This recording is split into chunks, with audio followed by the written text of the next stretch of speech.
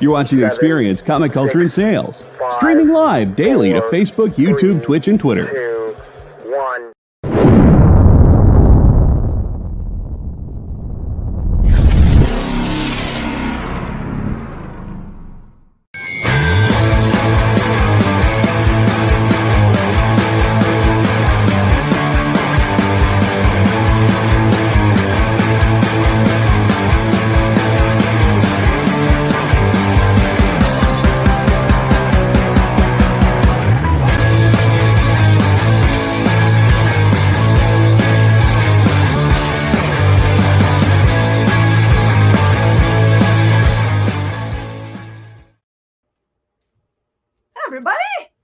Welcome to Minute Skim It, where I weirdly had enough sleep coming back from Comic-Con, so I'm actually awake, which makes me happy.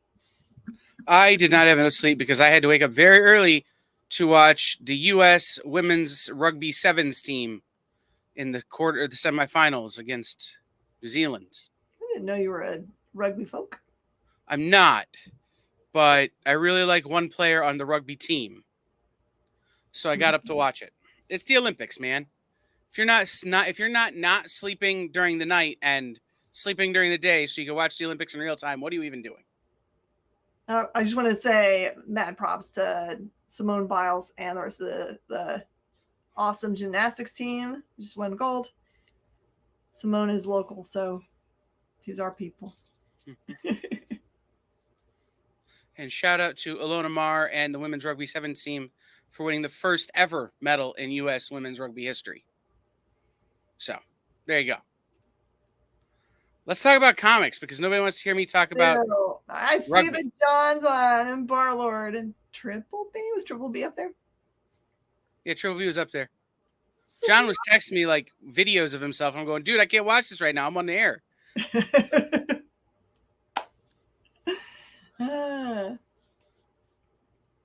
Okay.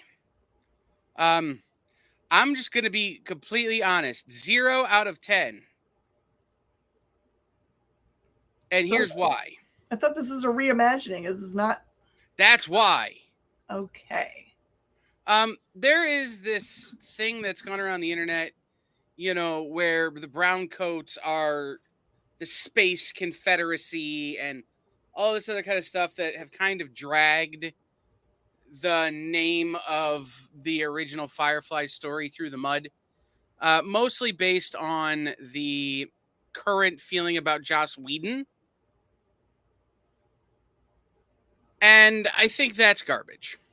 However, this story literally flips it and makes them space Germans circa 1939. I'm not going to use the actual word because I don't want to get us in trouble on the internet. Space Germans is good. Right. And then, but then it tries to save the fact that it's made them completely unlikable by being like, yeah, they're on the wrong side of history, but they're not bad people. Don't even bother. Like, you have a perfectly good canonical story that has been expanded wonderfully throughout the Firefly comics. You know, the show was short-lived. The movie did what it did. And then the whole universe has been expanded through comics. And then this is a reimagining that isn't well executed. I could understand wanting to reimagine if the war had gone differently, right? And telling that story. But if you do that, you've got to plant it deep. You've got to hit an absolute monster home run. And this just doesn't. It almost makes you dislike Mal, which I didn't think was possible. And so again, I know I see what Ryan Parrott was trying to do. I see what Boom was trying to do, and I understand it, but I think it just is it's poorly executed, which takes a good idea and turns it into a bad one. So if you have less of a relationship with the original premise of Firefly, if you don't hold the original canon as dear as I do, it's different. Especially if you're in the camp where we're separating the art from the artist in Joss Whedon, right? Maybe you can find some redeeming qualities in this, and I hope someone does. Because I was actually thinking maybe I got it wrong. Maybe if I go back and I think about, the brown coats, were they actually on the wrong side of, history, and we just thought they were the heroes? Well, right. And again, if you can look at it that way, if you can figure out a way to think about it that way, you can probably find something in this that's great. I cannot. Right? The punk rock in me says the rebels are always the good guys.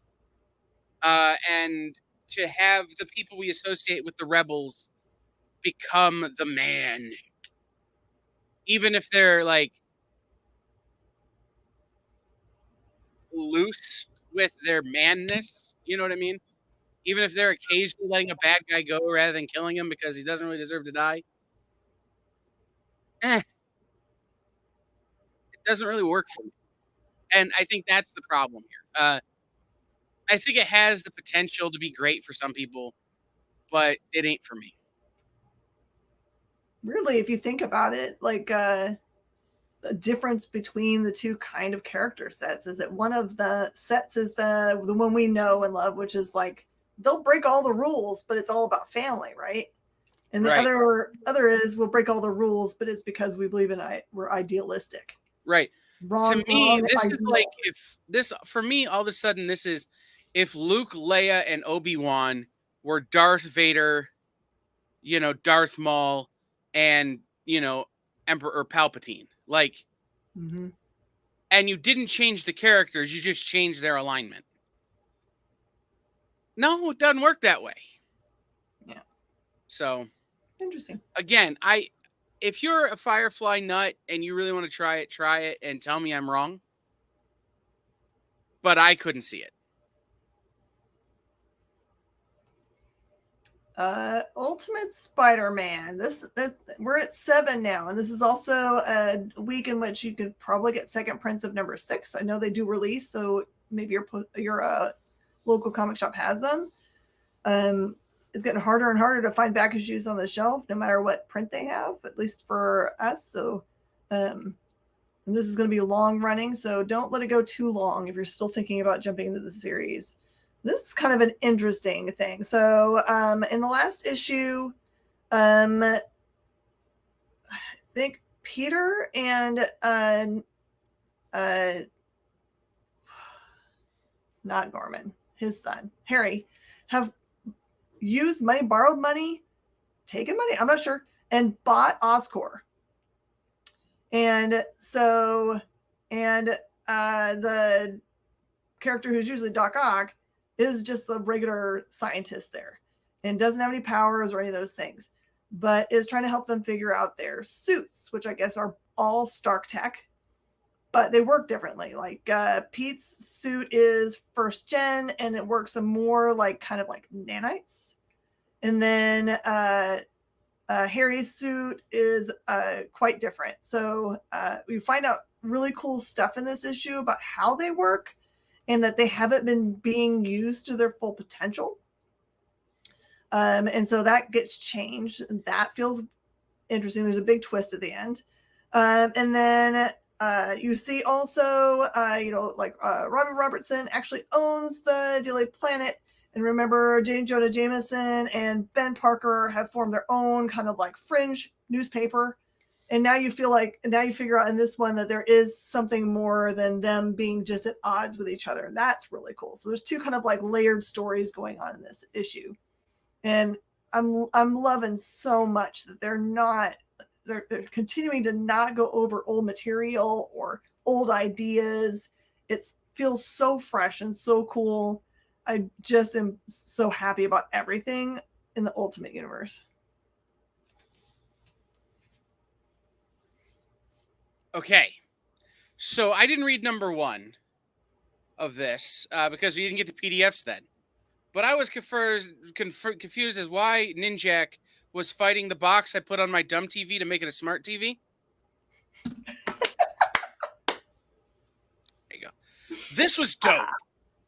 Like, as angry as I was at the Firefly book, I did not need an issue 1 to make me love the crap out of this.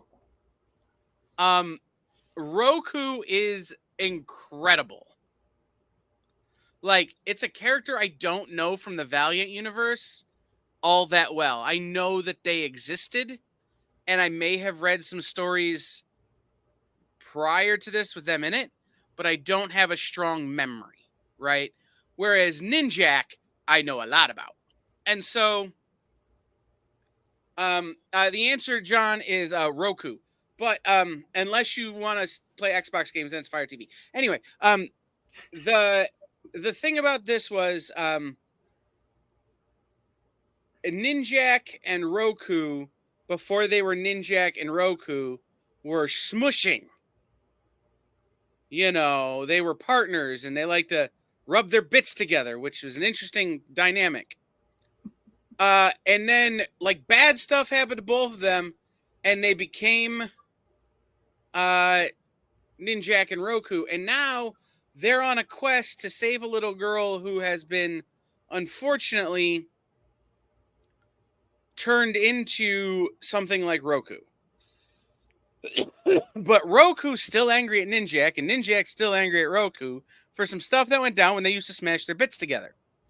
So now here they are trying to save this little girl and having to work together, but they hate each other. And in this episode, or in this issue, they kind of meet the big bad of the story thus far. Right? And it's a guy who has trained a lot of the other ninjas, like ninjas A through I. And which is Ninja A just ninja? Okay, anyway, I thought about this for a while. And then is it Ninja I? Anyway, I'm moving on. They meet the big bad guy and they have to go do this thing that they don't really want to do. And there's a big twist at the end. And it leaves you wondering. Well, it doesn't leave you wondering because it straight up tells you what the next book is. But it leaves you wondering, in the road to the resurgence of the Marvel Universe, what is the future for Ninja K or Ninjak? And I really like this setup. I thought this had the potential to be a little bit of a miss because I was jumping in on a number 2 and I didn't know a lot about Roku, but it was the polar opposite of that in that it was perfect. I got to talk to Danny, who works at Valiant at Comic-Con, and I'm really excited for Resurgence. They really are intending to tell really fresh stories and get us excited about the Valiant universe again. And if you can get Kyle excited about a number 2, but a character he doesn't know, they're doing the right thing. Yeah, they hit this one really good. Hey, Beyond. What up, Brian? Have you slept yet? Okay, Blood Hunt 5. Oh, I'm so excited. All the cool storylines are coming together here. So if you're following the Miles storyline, in which he is basically enslaved to is he enslaved to Blade, who made him into a vampire, or into I can't ever remember the super bad's name. He got a V name, and I can never remember it, but he's the actual thing that's the big driving force that's actually trying to take over every daggum thing.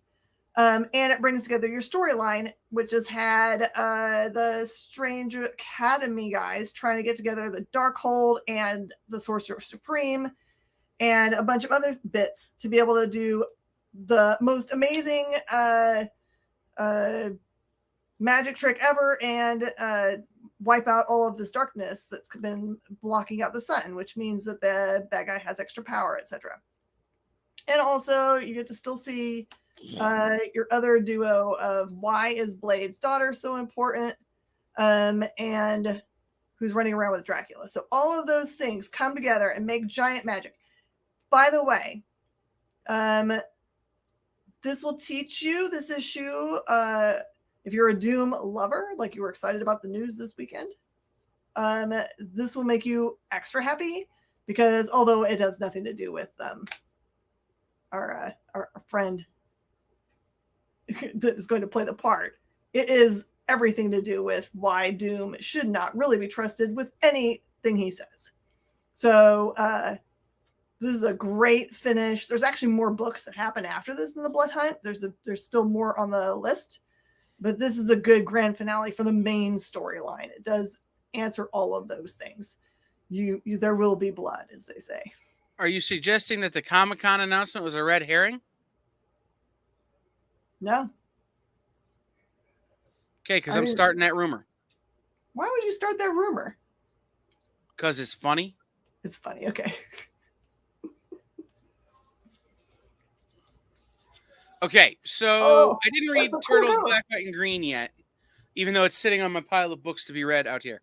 So I read number 3. These continue to be interesting little anthology series featuring the Turtles. Every issue has had one problem for me. And that's that every issue has had one story that doesn't feel like it fits with the rest of the stories. Like, it feels like you take the Jason Aaron style story that they're telling now and the recent stories that they've told in Last Ronin and in, the road to or the Armageddon game and some of this stuff, these darker stories, and the new story that Tom Waltz is working on that's coming out later this year. And they try and drop like a Saturday morning cartoon story or a kind of poorly written episode of the Nickelodeon show in. And it's like, you're in it, you're good. And then it just takes you out of it. And you have to try to get back in. That's the one knock on these books. The art in them has been incredible. Riley Rossimo, who I love, has a story in this book that's incredible. Jock has written a story and done some art on the first story that's just incredible. So, like I said, there's of the 4 or 5 stories in this book, there's one that just like leave out and put in something else, like do a collection of those later. But other than that, this has just been a fun little anthology series. Black Widow Venomous. Okay. So here is a heads up for some of you guys if you want to go back and find them. You can actually find the first appearance of this character. I actually have it in my stuff somewhere. So that you can know that this character, they've been working on her for a while. So the cameo for this Black Widow with a symbiote is way back here in Venom number 23. And then first full is in 26. So if you guys are collectors and you like to get characters way ahead, this like happens a while ago. So this one's kind of cool because this looks a little bit anime on the front cover, honestly, but it's not that way inside. It's just normal comic booking. This is more her saying, okay, we're working well together, me and this symbiote, but The symbiote doesn't truly trust the process, so and has never been trained themselves, and so she decides it's time for the symbiote to go to the Red Room and get the Red Room training. So that is what happens in this beautifully drawn issue. So if you like a bunch of really good fight scenes, this is killer stuff. And you get kind of like the new updated look for her costume, which I actually quite like. I think it's also cool in this issue that they show that even when the symbiote freaks out and leaves her, which is what happens at the beginning of the book, and goes and hides, she is fully still capable of doing everything she's always done without it. So I really like they show that her character is very strong, even without, need to have stabby black parts.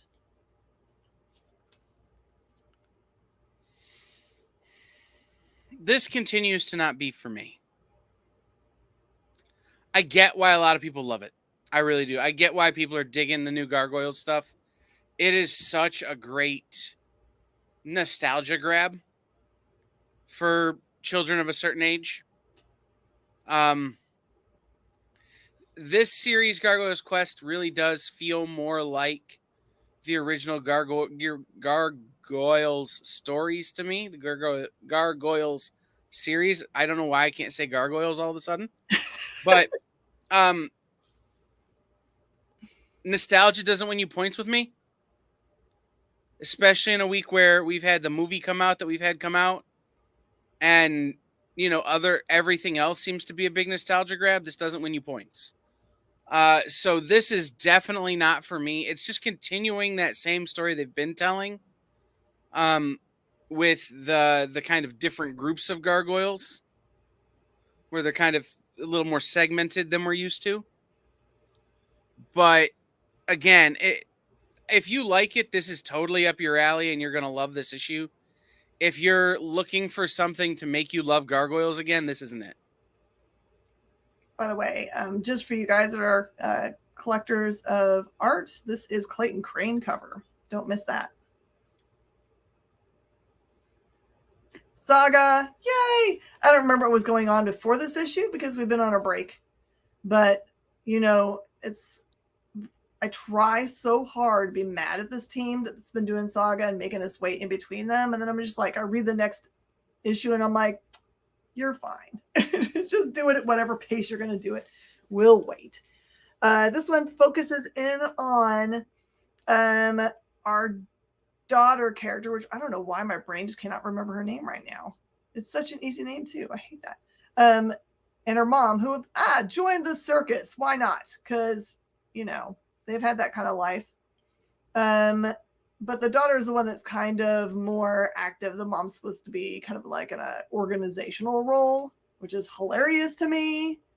So it's all about them just trying to, convince creatures like this. I don't know what this is supposed to be. This is a porpoise something. But yeah, it's a fun little romp. I love all the art in it so much.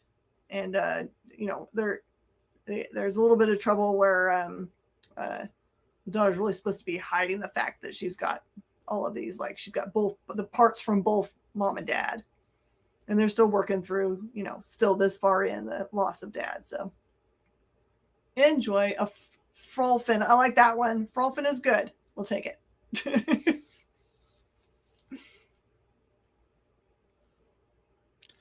Hold on, I'm trying to remember. Oh, I remember now. You guys know when Mike Mignola does his stories in that weird Middle European mythology that he loves, where, you get, some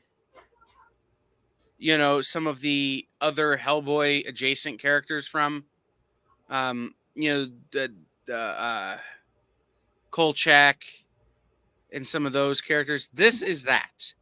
This is just a more realistic version of some of that mythology. If American Gods was way more Cold War and way less Tech War. Okay. but also it was being told from the point of view of the Russians. So there's a lot of like, when you read it, you hear Boris and Natasha from Rocky and Bullwinkle in your head. I think this series has a lot of potential. The first 2 issues were pretty good. The problem is at the end of the second issue, they introduce you to the big bad. And then they spend this whole issue gaslighting you into believing the big bad doesn't exist until the last 3 panels. Oh, man. Right. So it's like, wait, did I just misunderstand what I read in issue 2? And so you read this whole issue and then the last 3 panels comes and it's just like, is that guy not as big as I remember him being? Or are these other dudes just as big? Or is there some sort of shape-shiftery thing happening and you don't really know, but it's only 3 panels? So it's like, I felt like I wasted 22 pages. But again, now that we're through those last 3 panels, I can't wait for issue 4. So, like, it has the potential. It has all the things. It's just like, do not yank me around like this, Mad Cave Studios. Kind of obsessed with this cover. This Dan Panosian. Is it Dan Panosian? I can't afford it then. Mm-hmm. That's real money's money. Mm-hmm. Gosh, that's gorgeous. It really is. Like, that was why I started reading this book, is because the Panosian covers were incredible. And it's Ray Fawkes writing. And so the writing is solid. It's just this book, this issue is just like, hey, I lied. Hey, they don't know what they're looking at. Like, that's Panosian too. Panosian. Yep. Mm-hmm. And Moose and Squirrel. Moose and Squirrel. Yes, comrade. Moose and Squirrel. By the way, just for those of you wondering about the inner workings of the experience, when Henri and I do our mailer calls, we do them in that accent. Pretty much. The whole thing. All right. This one is so cute. So cute. The first story in this book is by Tony Fleece. So you know it's epic because he knows how to write animals per good. So the first one's really sweet. It is Nightwing's little dog that has got the three legs. And I don't know his name. I think it's like Muttwing or Barkwing or something. Parkwing, I think that's it. And gets introduced to the rest of the super pets that need to go off and do, some kind of event, some kind of let's go fix the things. And the title is quite fetching. Try to say it. Just try to say it in your head. Try to say that word. I can't do it. But it's so cute because the new dog is very clear that it has not been given like superpowers or the ability to talk or any of those things. It seems like maybe Barkwing is just a dog. So it's just really hilarious that they're just like assuming that dog has got special everythings. And then there's 2 other really fun storylines. I think you'll love it if you just like doggos or cats, because like I said, the first issue, Barkwing spends most of the time just barking at, is it Sparky the cat that has been kidnapped? Even the image of Sparky, he barks at because he's the dog, dadgummit. Super fun. Hand this to someone in your life that isn't a comic book person, and they might become one. Identity. Don't pronounce the D. Okay. I had to go back and reread issue 1 to know what the hell I was reading in issue 2. This is heavily serialized. And by that I mean like Cinnamon Toast Crunch cereal.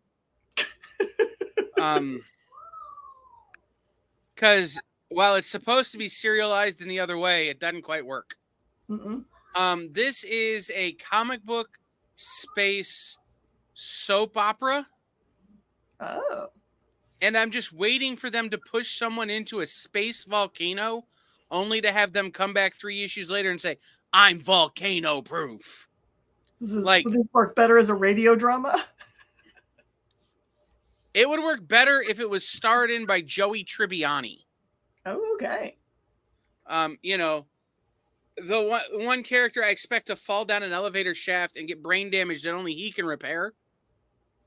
Like, and then somehow figure out how to repair it himself while being in a coma. Like,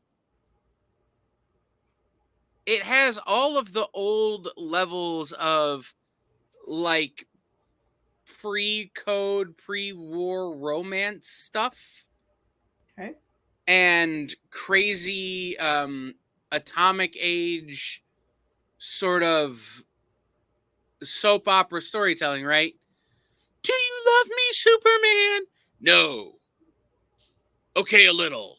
You know, like that kind of stuff. But it just, again, there's an execution problem where there's nothing in this issue tying you to the last issue, but you have to have remembered everything you read in the last issue for this issue to make a lick of sense.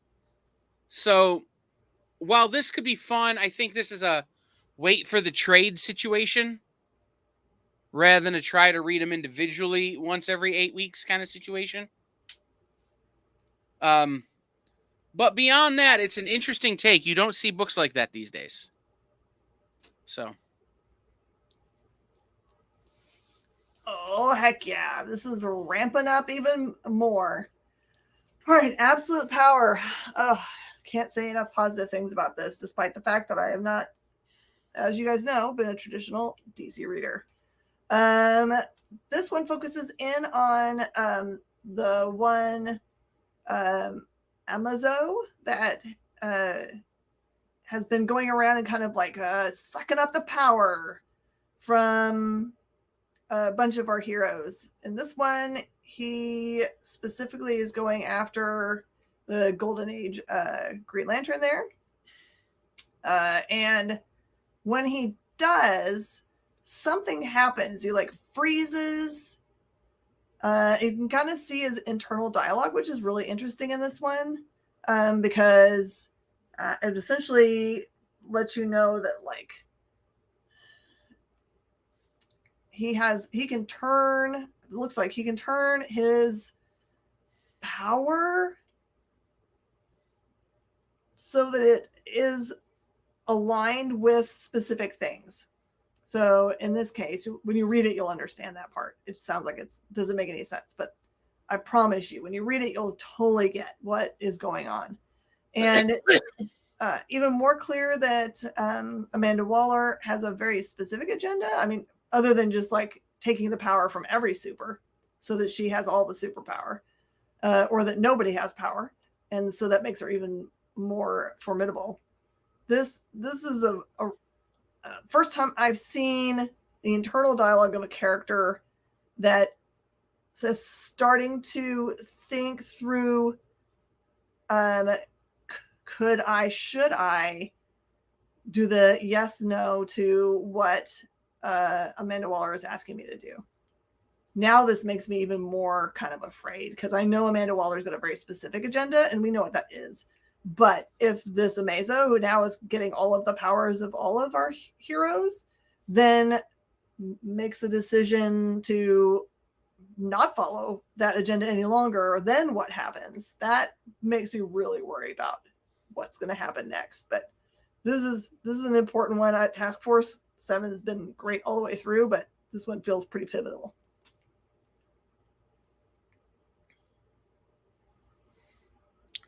Hashtag not my Power Rangers. Oh no!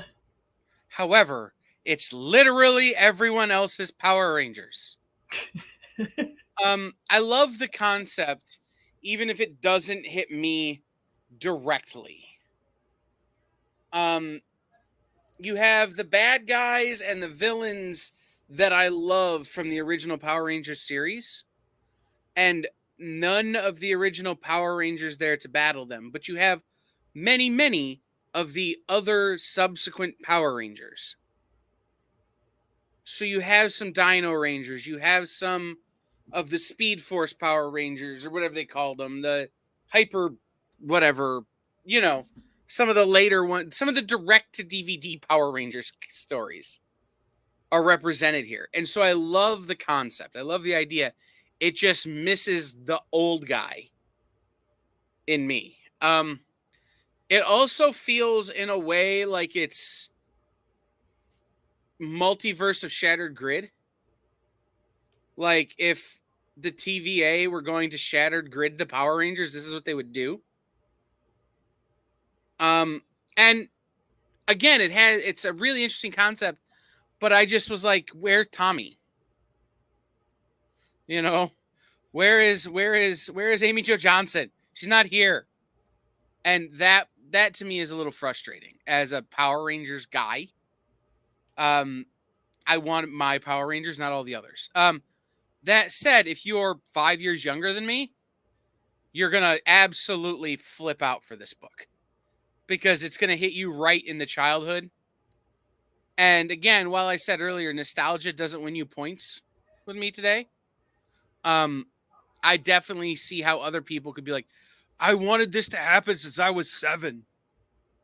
And now you're getting it. So again, super interesting concept, super interesting like execution of the concept, but I'm just a decade too old for the concept. This is, hey, you kids, get off my lawn of me. But Jay, I think you're the second person since Comic-Con that I've heard talk about Captain Planet. That's awesome. Who got the license? I don't know, but it's the second time I've heard someone say, "Oh, like that's the next thing that Dynamite should go for." Who owns? I'm done with this book, Jay.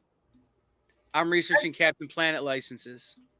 Excellent. Hey, Phil. How you doing, man? And welcome in, Jeffrey. All right. So, I know what you're thinking. Great. Another team. This is so much to learn. I don't know if I want to put any more energy into learning a new team put together. This is so well written. I am usually one of those people. I'm usually like an X-Force or an X-Factor or a Thunderbolt. Any of those guys, I'm just like, when you have to work really, really hard to make me care about those teams. This is way cool because it starts with Forge. Now, maybe you guys all knew this about Forge, but I'm one of those people that's just like, look, he's got a cool hair. But it's neat the way they describe his powers. And like when so he can build literally anything, but it looks like he's not supposed to have like an intent or a thought process. And it just happens like intuitively. I don't know what that means, but so then anything that he builds just magically has everything in it that you would ever need without him pre-thinking it. So I just thought that was cool. I'm like, what a cool power. Like, how do you describe such a thing? Warner still owns Captain Planet. All right, fine. You can still get a comic book license for it, though.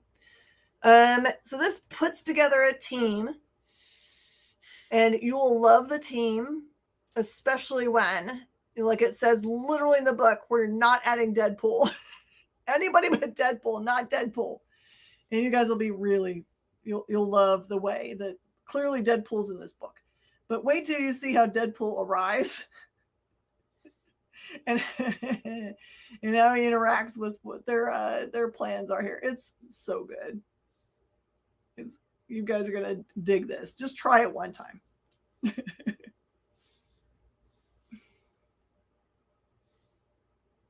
Oh, you want me to talk about this? I'm still trying to figure out if I could buy the Captain Planet rights. Anyway, this is a Nancy Boys number 2. In the Mark Bernardin adaptation of Neil Gaiman's classic book, Nancy Boys. In this book, Fat Charlie is figuring out who his dad was, but he doesn't get it yet. Like, he's in denial enough that he doesn't fully understand what has been told to him about his father. And at the same time, he still has enough hatred in his heart for the things his father was, in terms of what he believed his father to be, that he's not willing to see what other people are saying. Which is, I think, a relatable thing for a lot of fathers and sons. you know, it possibly this is where Mark Bernardin is sort of severing with the original Neil Gaiman novel Okay. to make it more comic book appropriate in terms of the adaptation. So I like it. It's still very true to the original story. If you're a fan of the original story, it's still a very, very true adaptation of the original Spider God mythos, the trickster god. There's a spider, there's an Anansi and a brother lion story in here that's great. That is traditional.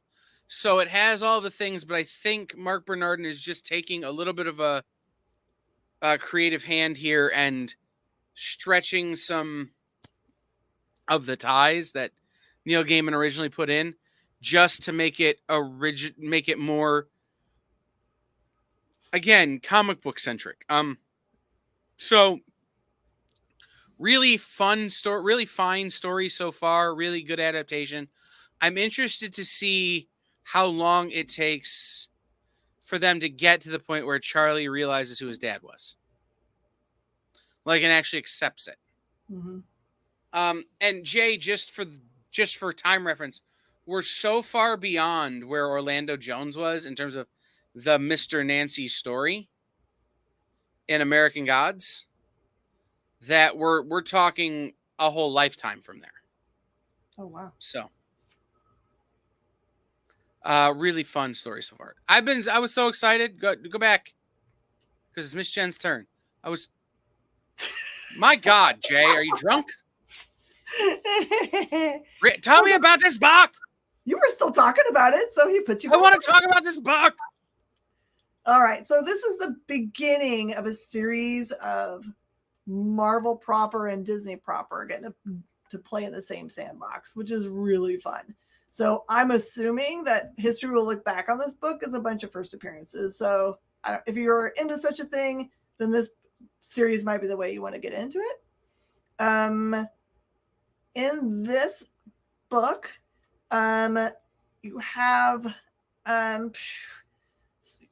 you have somebody trying to entice Donald Wolverine into doing something for them because they know. So if you don't know anything about Donald Duck, you use Donald if you need someone to be pissed off, right? And it just turns out that Wolverine is also the exact same character, which is fun. If you want something done, you need a pissed off character. Ask Logan. So this is kind of a perfect little combination. Also in this book, you get to see Goofy Hulk, I believe. And what's so funny is that he's the Gray Hulk, which figures in very prominently in the storyline because you'll find out that Donald hates green so much. And if you also love the storyline that started in the Uncle Scrooge book that we saw, the Infinity Dime, that has ties to this book. So it is really awesome. It's all goofy art just like this. There's other characters that are introduced in this book. And it's just a lot of fun, y'all. Don't buy this book if you're like, I want to be serious. Like, this is just to have joy and, get out of the stress of life. Enjoy this thing. Jay, I can't believe you didn't choose the Scotty Young variant. Scotty Young cover's so good for this one. Yeah, it is. Hey, Kenneth. Hey, Adam. Okay. So this is William Newberry number 4. There was much debating in our group chat today about what issue comes out this week. Here's the answer. I don't give a crap. You don't care. I really don't. You don't need these books necessarily in order. There are probably some details in number 3 which Jen and Jay seem to think come out this week, and I'm sure Jen is right because she has them behind her. But I don't know why Dark Horse would send this PDF a month ahead of time. Oops. So sure like, maybe the release is out of order. Maybe there's a delay. Maybe this book is going to be here next week because it should have been out through. Who knows? Who cares? In this book, you have both William and the rabbit guy whose name I'm forgetting fighting mean fairies. Mean fairies, you say? Yes, who stole their souls. Golly. Like, these guys are like doomed to hell because they no longer have souls and they have to get their souls back. But they can't fight the fairies because the fairies are smarter than them. And then the little mouse guy, whose name I'm also going to forget, Winnie, who's been helping William, like, almost gets killed because he thinks his axe is made of iron, but it's not. It's made of steel. Like, this is Kung Fu Panda if it was Catholic. That's what this issue is. Okay. Like, this is definitely like, we're going to fall down and defeat our enemies on accident rather than any of the things we intend to do actually defeating our enemies.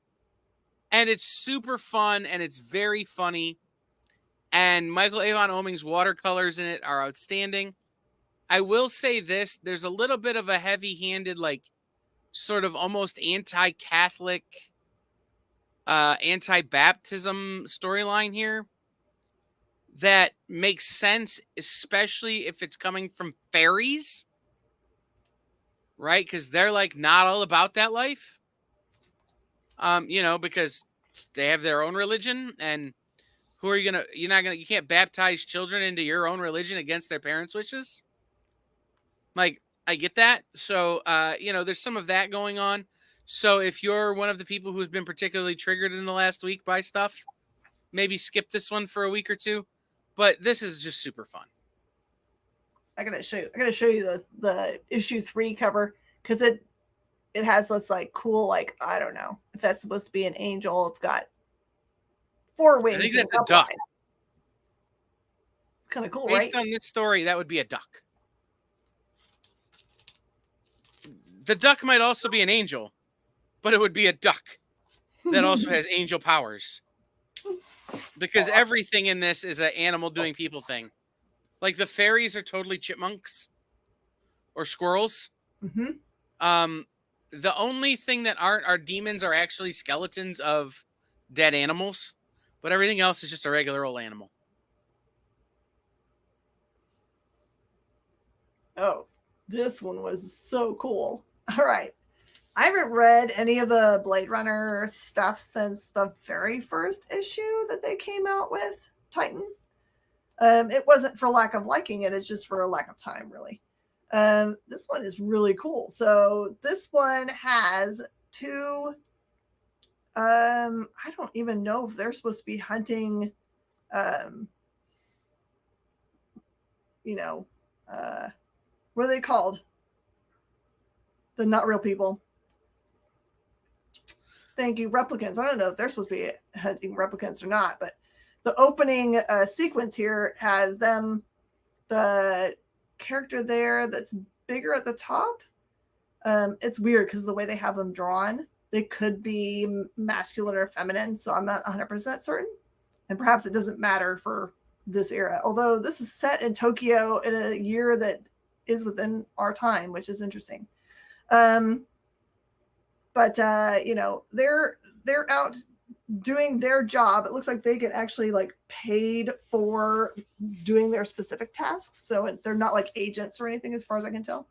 And then the character there at the bottom kind of like shows up late but does real damage, like very stabby damage. And this is a really gorgeous universe. So this looks a little more complex, less about the replicants because it doesn't really talk about them so much, except for in the introduction. So if you don't know anything about Blade Runner, it has a little synopsis at the beginning. And so it tells you where in the time period they are for like, they're protecting. The biggest thing right in this era is the protection of the patent of the replicant by the parent company that made them. So. But this is cool. It feels very crime noir, just like Blade Runner felt like in the original movie. Can I tell you how messed up my brain is? Sure. You put Blade Runner on your list, Mhm. And I honestly thought Marvel was doing a book about Mahershala Ali doing like the couch to 5K or something. Oh no. Like that this was a blood hunt spin-off, like Sure. of they were reintroducing like Marvel's version of the Flash, but he was a vampire. Like I don't know what my brain is. It's a dangerous place to live today. Yep. By the way, Comic-Con had so much cool actual comic book news come out of it that or comic book connected news. I was so excited. Like the new design of the return to the old design for the DC logo makes me so excited. But then like just all the other cool rollouts, you guys should definitely look for. I'm sure that we had some announcements. Dan Wickline, I'm sure, made an announcement for everything that he saw that he could do. Didn't get to do any? No. I think we were all so busy trying to avoid spoilers for certain movies that were out that many of us just avoided Comic-Con announcements altogether. I could see that. Like, I know I had a conversation with another person from the experience going, I know I need to be looking because it's my job, but I'm also scared to death to look because I don't want to be that guy who's like, yeah, they ruined this thing for me. Yeah. So to be very, like, yay, my people, there were kind of like advertisements everywhere that were saying don't spoil it, specifically from the principal actors. They were like, don't do that, don't be that person. And it wasn't spoiled for me. You would thought with all of the product that was there that people would have prominently displayed, books that were related to the show. Didn't happen.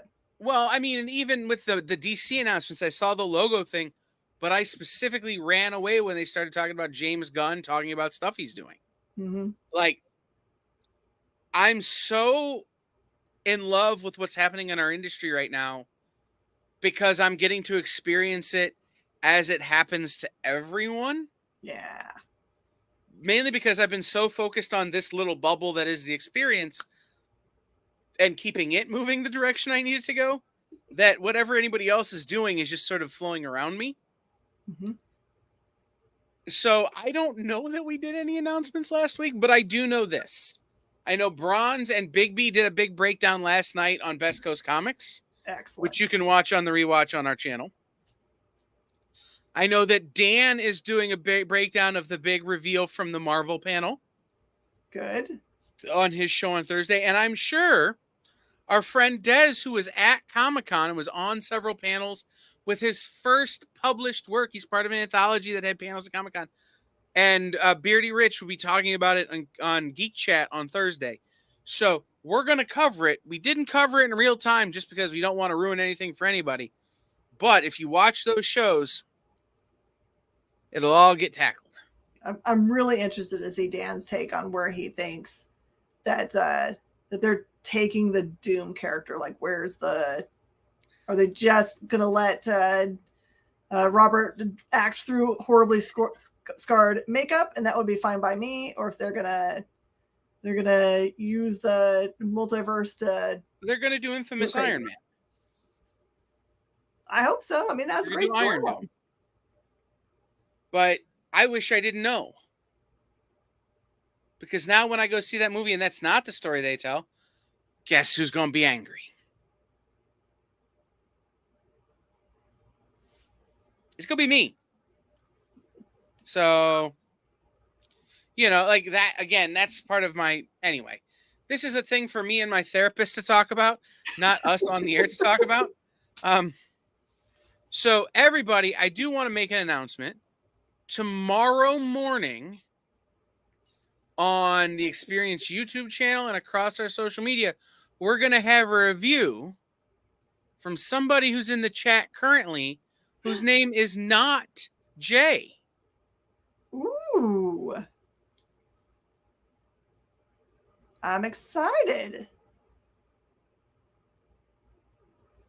So, be watching for that. One of us. Yeah. So be excited for that. Keep your eyes peeled. And then when it comes out, hit like, hit subscribe, hit share, do all that kind of stuff. Make them feel all embarrassed because they're getting all of the love from all of us. So just be on the lookout for that. So we will talk to everybody next time. Miss Jen will be right back over on CBSN with this week's books and her Comic-Con haul. And immediately following us right here on The Experience, we have the Mint Hunter comics with James. And then later on, somebody else who is pretty happy to not be at San Diego, I'll be honest, Honest Henry from Chicago, will be here with Kicking It with Henry tonight here on The Experience. Tomorrow we have our full lineup of shows, and we will see everybody next time. Yep. Bye, y'all.